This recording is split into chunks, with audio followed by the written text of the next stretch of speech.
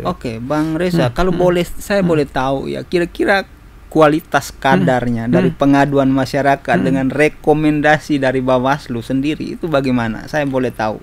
Jauh sekali ya, kalau dibilang rekomendasi Bawaslu otomatis wajib dilakukan oleh KPU. Ketika mereka tidak melakukan atau menindaklanjuti rekomendasi Bawaslu, mereka bisa di DKPP. Gitu. Kalau tanggapan masyarakat mau dilanjutin mau tidak kan tidak ada urgenisasinya. Kalau tidak kami tahu ya, kalau kami tahu kami bisa memfollow up itu menjadi informasi awal bagi kami gitu kan gitu. Bang, apakah kalau misalnya pengaduan masyarakat itu perlu uji kebenaran lagi? Lantas kalau rekomendasi dari Bawaslu sendiri walaupun masuk dalam satu tahap pengaduan masyarakat juga, apakah itu sudah layak, benar dan harus dilaksanakan atau bagaimana tuh Bang? Soal kualitasnya. Kalau pengaduan masyarakat secara letterlek saya tidak terlalu itu domainnya teman-teman KPU ya. Apakah harus diuji dan sebagainya, tapi yang namanya aduan otomatis ada kan istilahnya, nggak mungkin ada asap kalau tidak ada bara gitu kan. Nah, hal itu juga kita bisa lakukan ya, tapi dalam konteks kami di Bawaslu ketika sudah merekomendasikan otomatis kajian itu sudah matang. Nah, kajian itu sudah matang dan tidak hanya sebatas kita buat rekomendasi dong, enggak. Jadi kita harus mengkaji. Karena kalau ketika kajian kita tidak bisa tidak sesuai, kita juga ada proses selanjutnya gitu loh. Berarti kalau saya boleh simpulkan ya, hipotesis sementara ya itulah ini harus dijalankan di satu sisi. Karena sudah mendapat melalui satu kajian yang matang. Kalau tidak dijalankan, KPU bisa di DKPP kan? Iya, betul sekali. Ya, makanya kita juga tidak sembarangan memberikan rekomendasi.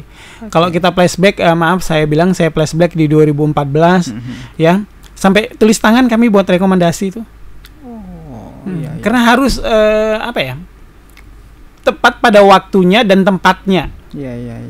Ketika pleno kami harus merekomendasikan, misalnya buka kotak gitu kan, nggak nunggu ngetik lagi kan, ngetik ngeprint kelamaan, tulis tangan. Nah, begitu juga di 2019 kita melakukan hal-hal yang memang ini, dan itu otomatis sudah tidak dalam artian kan itu mendadak, tidak, otomatis kita sudah mempunyai data yang sama kan, gitu. Data. Ketika kita punya data, kita akan cross check apakah ini sesuai atau tidak. Itu yang terjadi di 2014 ataupun 2019 kemarin begitu.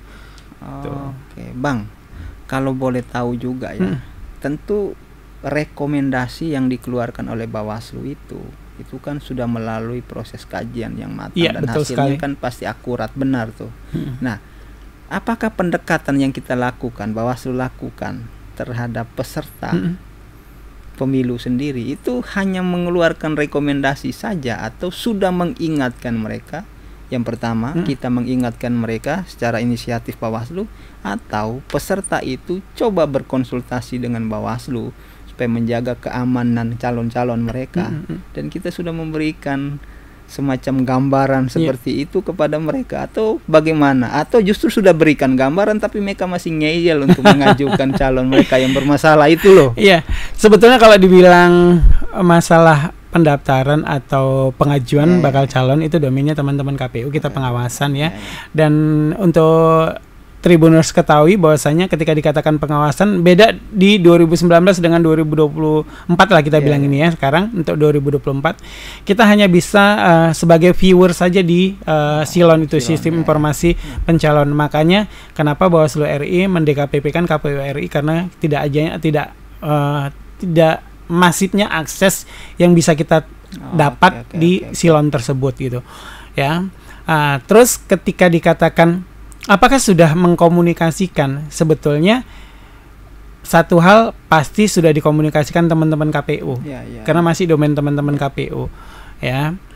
Dan ketika mereka mengajukan, itu juga kita sudah mengkomunikasikan ya. Himbauan-himbauan kita sudah 2 kali ya, sampai juga secara lisan juga sudah.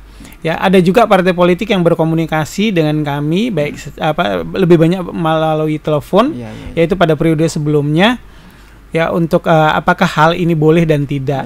Apalagi setelah adanya keputusan MK tentang mantan narapidana ya, itu di bulan Maret kalau saya tidak salah, bulan Maret tahun 2023 itu otomatis berubah kan, berubah konteksnya.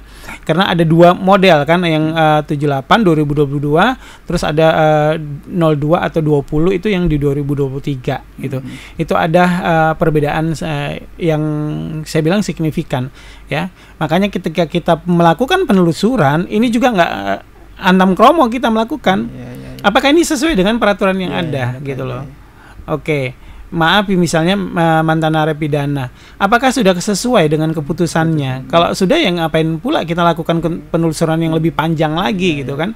Karena kita sudah melakukan penelusuran dari tadi media massa yang ada aja kita sudah tahu gitu loh.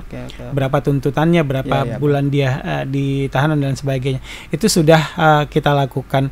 Jadi ketika hal-hal ini memang kalau untuk pengajuan bakal calon, teman-teman partai politik lebih konsennya ke teman-teman KPU untuk berkonsultasi begitu. Bang, setelah kita mengajukan rekomendasi itu ke KPU, apa respon KPU? Apakah membangun komunikasi atau membawakan suara dari pembelaan dari partai-partai politik atau caleg-caleg itu untuk berkomunikasi atau berdiskusi dengan Bawaslu soal ini gitu? Ataukah memang mereka diam dan siap kami jalankan gitu loh?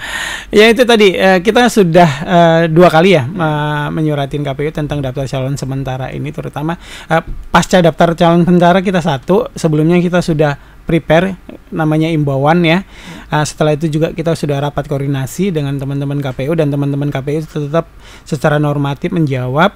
Habis itu kita hasil dari penelusuran yang kita lakukan, kita kirim ke teman-teman KPU, dan mereka alhamdulillah mereka melakukan apa yang kita dapatkan begitu aja. Berarti mereka juga harus mengawas, menjaga diri juga, jangan ya, sampai betul sekali di DKPP kan ya Bang ya. Oke.